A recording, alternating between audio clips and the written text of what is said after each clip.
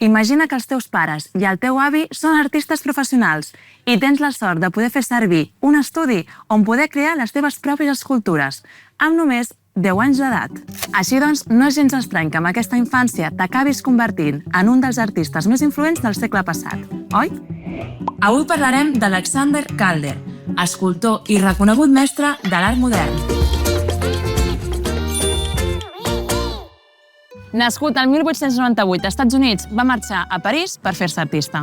Va començar a treballar d'il·lustrador en una revista i allà li van demanar que anés a veure el show d'un circ i que dibuixés el que hi passava. Es va quedar al·lucinat amb aquelles escenes tan màgiques i va voler crear el seu propi circ en miniatura, anomenat Circ Calder. Un circ molt complet, format per animals, pallassos i acròbates, que estaven fets a partir de filferro, fusta, tela, suro i fil. Coreografiava i interpretava l'actuació del circ mitjançant música i il·luminació teatral.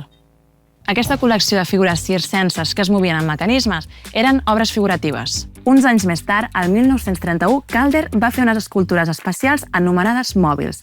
A la gent li van flipar, perquè aquestes noves obres no representaven res en concret. No parlo de telèfons, parlo de les escultures que pengen del sostre i que van girant per fer que t'encantis. Els seus mòbils, batejats així pel seu amic i artista Marcel Duchamp, signifiquen moviment i motiu en francès. Calder era escultor, però les seves escultures no eren estàtiques.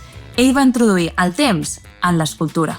Així eren les seves estructures, formes abstractes suspeses en l'aire i que es van balancejant. Amb el moviment de les peces, les escultures anaven canviant de forma, formant infinites escultures noves. Alguns dels primers mòbils estaven controlats per motors, però aviat els va modificar perquè poguessin ser activats per vibracions, inèrcia i vent, permetent així infinites possibilitats de moviment.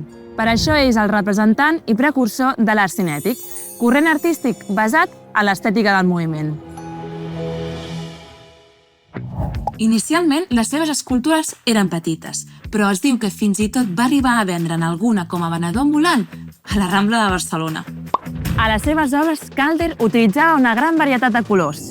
El negre era el seu color preferit, però també utilitzava els 3 colors primaris i algun de secundari. De fet, l'artista va estar diverses vegades a Barcelona, Mallorca i Mont-roig del Camp. Amb el pas dels anys, la mida de les seves obres va anar creixent, fins a crear escultures monumentals, que van arribar a les places i carrers de les principals ciutats del món. Com el Sol Vermell, l'escultura més gran que va crear. Té una alçada de 25,7 metres. Es va construir a Ciutat de Mèxic, a l'Estadi Azteca, concretament per als Jocs Olímpics d'estiu del 1968. Sabeu que Alexander Calder, que va ser considerat un dels artistes més innovadors del segle XX, va ser rebutjat per un grup de veïns de Barcelona l'any 1976? A una escultura seva, 4 ales la van rebutjar de l'avinguda Pau Casals per ser massa moderna. Per sort, la van tornar a recol·locar. Sabeu on? A la Fundació Miró, un altre gran artista i amic de Calder. Com veieu, és una escultura abstracta, formada per 4 plaques de metall corbades i pintades de vermell.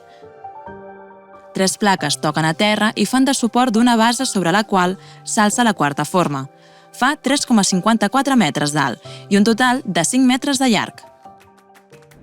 També a la Fundació Miró es pot veure Font de Mercuri, una escultura font que conté gairebé 300 litres de mercuri real.